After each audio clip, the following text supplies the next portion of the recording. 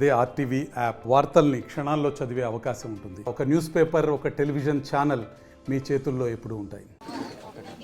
Medical కాలేజీల చుట్టూ రాష్ట్ర రాజకీయం నడుస్తుంది. మనతో మాట్లాడడానికి టీడీపీ యువనేత గౌరు జనార్దన్ రెడ్డి ఉన్నారు. సార్ చెప్పండి, ఈరోజు ప్రైవేట్ పరం చేస్తున్నారని చెప్పి వైసీపీ పెద్ద ఎత్తున ఆందోళన చేస్తూ ఉంది. ఆ రకంగా ప్రభుత్వం కూడా పీపీపీ విధానాన్ని దీన్ని డెవలప్ చేయాలని చూస్తుంది. దీన్ని ఎలా చూడాలి? ముఖ్యంగా అదే అండి, మేము ప్రజలకు నిజాలు వివరించడానికి ఈరోజు ప్రెస్ మీట్ పెట్టడం జరిగింది. ఇది మేము పీపీపీ మోడల్ వేరు, ప్రైవేటీకరణ వేరు. పీపీపీ మోడల్ అంటే పబ్లిక్ ప్రైవేట్ పార్ట్నర్షిప్, అంటే ఆ ఆస్తి గవర్నమెంట్దే, మేనేజ్మెంట్ ప్రైవేట్ తీసుకొని గవర్నమెంట్కి అడిషనల్ బర్డెన్ అనేది మనీ బర్డెన్ కాకూడదు. కాబట్టి మన రాష్ట్రంలో ఆల్రెడీ ఇప్పటికే గత పాలకులు చాలా అప్పులు చేసి అప్పుల ఊబిలో వదిలేసినారు. కాబట్టి వాళ్ళు పెట్టిన ఖర్చు ప్రకారంగా ఒక 360 కోట్లు మాత్రమే సంవత్సరానికి ఖర్చు పెట్టడం జరిగింది. 880 కోట్లు ఖర్చు పెడతాం, 8,800 కోట్లు ఖర్చు పెడతామని చెప్పి కేవలం 1,400 కోట్లు, అందులో కూడా 900 కోట్లు సెంట్రల్ గవర్నమెంట్ ఇచ్చింది. అది కూడా పూర్తి చేయకుండా ఏదో 5 కాలేజీలు పూర్తి చేసి దాంట్లో కూడా సీట్స్ అనేది ఇంకా స్టార్ట్ కాకుండా ఇలా చేయడం వల్ల చాలా మనకు టైం పోతా ఉంది.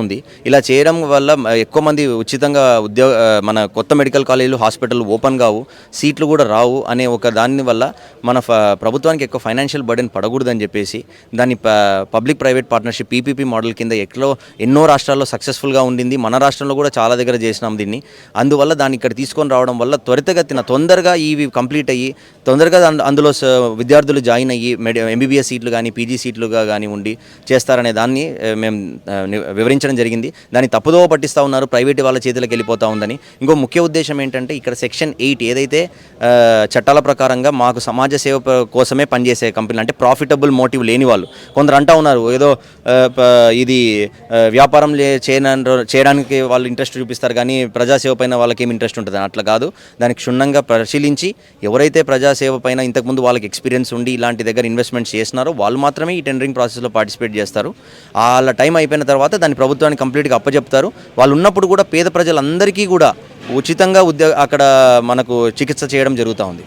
అంటే పేదవాడికి వైద్యం కానీ లేకపోతే వైద్య విద్య చదివేట అవకాశం లేకుండా కేవలం డబ్బుల కోసం అమ్ముకోవడానికే ప్రైవేట్ వ్యక్తుల చేతుల్లో పెట్టాడని చంద్రబాబు నాయుడు బైరెడ్డి సిద్ధార్థ రెడ్డి విమర్శిస్తారు. మీరేమంటారు?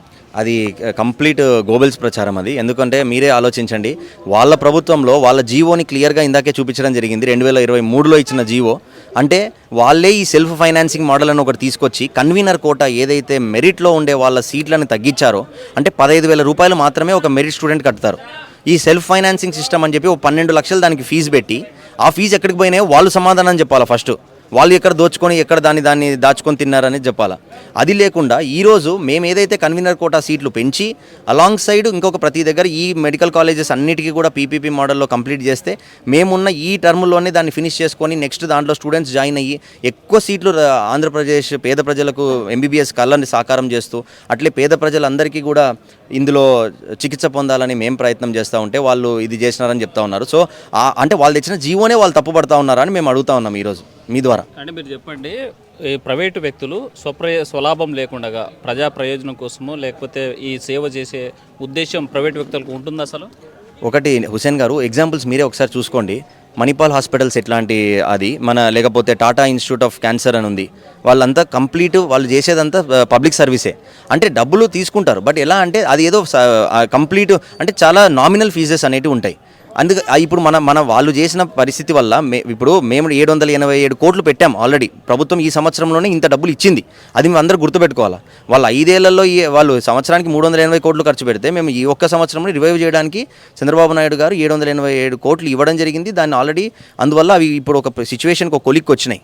ఎన్ఎంసీ వాళ్ళు గైడ్ లైన్స్ కూడా ఇవ్వలేదు. మీరు అంత ఖర్చు పెట్టాము, ఇంత బాగా చేశాము అని అంటున్నారు కదా, వాళ్ళు మరి ఎందుకు గైడ్ లైన్స్ ఇవ్వలేదు? మీరు స్టార్ట్ చేసుకోండి మెడికల్ సీట్లు అని చెప్పేసి. సో స్వలాభం ఒకటే కాదు, మీరు అది గుర్తుపెట్టుకోవాలా. ఏంటంటే సెక్షన్ 8 అని ఏదైతే మన ఈ సమాజ సేవ కోసం కమ్యూనిటీ కోసం వర్క్ చేసే ఇన్స్టిట్యూట్స్ ఉన్నాయో వాళ్ళు వచ్చి పెడతారు ఇక్కడ. అంటే ఆల్రెడీ వాళ్ళకు ప్రాఫిట్స్ బాగా ఉండింటాయి. సో వాళ్ళ ఉద్దేశం అంతా దీన్ని ఇంకా ప్రజాసేవ కోసం ఉపయోగించుకోవాలి అనే ఉద్దేశంతో ఉన్నవాళ్ళు. అది అంటే ఈ మెడికల్ కళాశాలలు డెవలప్ చేయాల్సినటువంటి ప్రభుత్వము ప్రైవేటు వాళ్ళకి అప్పచెప్పి అంటే ఈ బాధ్యత నుంచి ప్రభుత్వం తప్పుకున్నట్లేగా. లేదండి, అదే మీరు అందరికీ క్లియర్గా చెప్తా ఉన్నాము. వాళ్ళు సొంత మీడియాతోని రాపించుకున్నట్టు దాని నుంచి తప్పుకోవడం అనేది కరెక్ట్ కాదు. పీపీపీ మోడల్ అనేది ఇప్పటి నుంచి కాదు, గత 30 ఏళ్ల నుంచి మన భారతదేశంలో నడుస్తూ ఉంది. ఎయిర్పోర్ట్లు అయితేనేమి, అధునాతికమైన హాస్పిటల్స్ ఇప్పుడు యూపీలో కానీ, ఒడిశాలో కానీ, జార్ఖండ్లో కానీ కట్టారు. అలాగే ఐఐటీలు కానీ చాలా కట్టారు. అంటే అవన్నీ ఇప్పుడు పాడైపోయినట్టేనా? ప్రైవేట్ చేతులకు వెళ్ళిపోయి ఐఐటీల స్టాండర్డ్ తగ్గిపోయిందా? లేదు కదా. అన్నీ ఇది కరెక్ట్ విషయం కాదు. అది కంప్లీట్గా అది ప్రభుత్వ ఆస్తి. Public is owning it, public ownership కింద ఉంటుంది. వాళ్ళు మేనేజ్మెంట్ చేస్తారు అంతే. మేనేజ్మెంట్ చేసుకున్నంత ప్రకారంగా పబ్లిక్ వాళ్ళకు అందుకే దాన్ని పీపీపీ అంటారు. ఇప్పుడు మరి అట్లాంటప్పుడు ఒక పీ తీసేసి కంప్లీట్గా ప్రైవేట్ అనవచ్చు కదా. ప్రైవేట్ అని ఎందుకనమంటే public is government is a owner. Government వాళ్ళకి అప్పచెప్పిన బాధ్యతను వాళ్ళు నిర్వర్తించాలి. గవర్నమెంట్ ఇచ్చిన డైరెక్షన్స్ని వాళ్ళు ఫాలో కావాలి. అందుకోసం దాని తర్వాత దాన్ని మళ్ళీ తిరిగి అప్పచెప్పడం జరుగుతూ ఉంది. కాబట్టి దీనిలో ఎక్కడ ప్రైవేట్ వాళ్ళ కంప్లీట్ వాళ్ళ ఓనర్షిప్ ఉంటుంది. వాళ్ళు అంటే ఇప్పుడు మనది ఏదైతే దాని మేనేజ్మెంట్లో కూడా government is a very much active part. మన అధికారులు కానీ, హెల్త్ మినిస్టర్లు వాళ్ళు కానీ వాళ్ళంతా దాన్ని ఇన్స్పెక్ట్ చేయడం జరుగుతుంది. అది అంటే మీరు చెప్పండి, ఇందాక మాట్లాడారు అంటే నామినల్ ఫీజు ప్రైవేట్ వ్యక్తుల చేతుల్లోనే నామినల్ ఫీజు వసూలు చేస్తారని. అదే మనకి ఇక్కడ ఉన్నటువంటి కర్నూలు మెడికల్ కాలేజ్ ఉంది, మెడికల్ హాస్పిటల్, ఇక్కడ ఉండే జనరల్ హాస్పిటల్ ఉంది. ఆధార్ కార్డు, రేషన్ కార్డు ఉంటే ఉచితంగా వైద్యం చేస్తారు. మరి ఈ నామినల్ ఫీజు అవసరం అంటారు? నేను అనేది నామినల్ ఫీజు అనేది పక్కా అన్నిటికీ తీసుకుంటారని కాదు. ఇప్పుడు ఏదైతే ఉచిత వైద్యం అనేది కంపల్సరీ ఉంటుంది రేషన్ కార్డు హోల్డర్స్ అందరికీ కూడా. కొన్ని ఏదైనా ఫర్ ఎగ్జాంపుల్ ఎక్కువైనా అధునాతిక టెస్ట్లు అవి ఉన్నప్పుడు దానికి ఏదైనా నామినల్ ఛార్జెస్తో చేస్తారు తప్ప. అంతేగాని అంటే దానిలో కూడా ఏంటంటే టెక్నాలజీ తీసుకొస్తూ ఉన్నారు కాబట్టి కొంచెం అంతే. ఇప్పుడు ఏదైతే ఈ BPL below poverty line people ఉన్నారో, రేషన్ కార్డు హోల్డర్స్ ఉన్నారో వాళ్ళందరికీ క్లియర్ కట్గా free of medicines, free of consultation చేయడం జరుగుతూ ఉంది. అన్ని టెస్టులు కూడా చేస్తారు. అలాంగ్ సైడ్ ఏంటంటే వాళ్ళకి డిజిటల్ ప్రొఫైలింగ్ కూడా, వాళ్ళ హెల్త్ రికార్డ్స్ కూడా డిజిటలైజ్ చేయడం జరుగుతూ ఉంది. అంటే మీరే ఆలోచించండి, వాళ్ళు ఎక్కడికి పోయినా ఏమైనా కూడా రేపు పొద్దున వాళ్ళది మొత్తం అధునాతనిక టెక్నాలజీని యూజ్ చేసి వాళ్ళకి మొత్తం ఎటువంటి చికిత్స పొందడానికైనా వాళ్ళు అర్హులు అవుతారు. అంటే వైసీపీ పార్టీ దుష్ప్రచారం చేస్తుందని అనుకుంటే మరోవైపు వామపక్ష పార్టీలు, ప్రజా సంఘాలు, ఈ రాష్ట్రంలో ఉన్నటువంటి మేధావులంతా కూడా ఈ విధానాన్ని వ్యతిరేకిస్తున్నారు. దీన్ని ఎట్లా చూడాలి?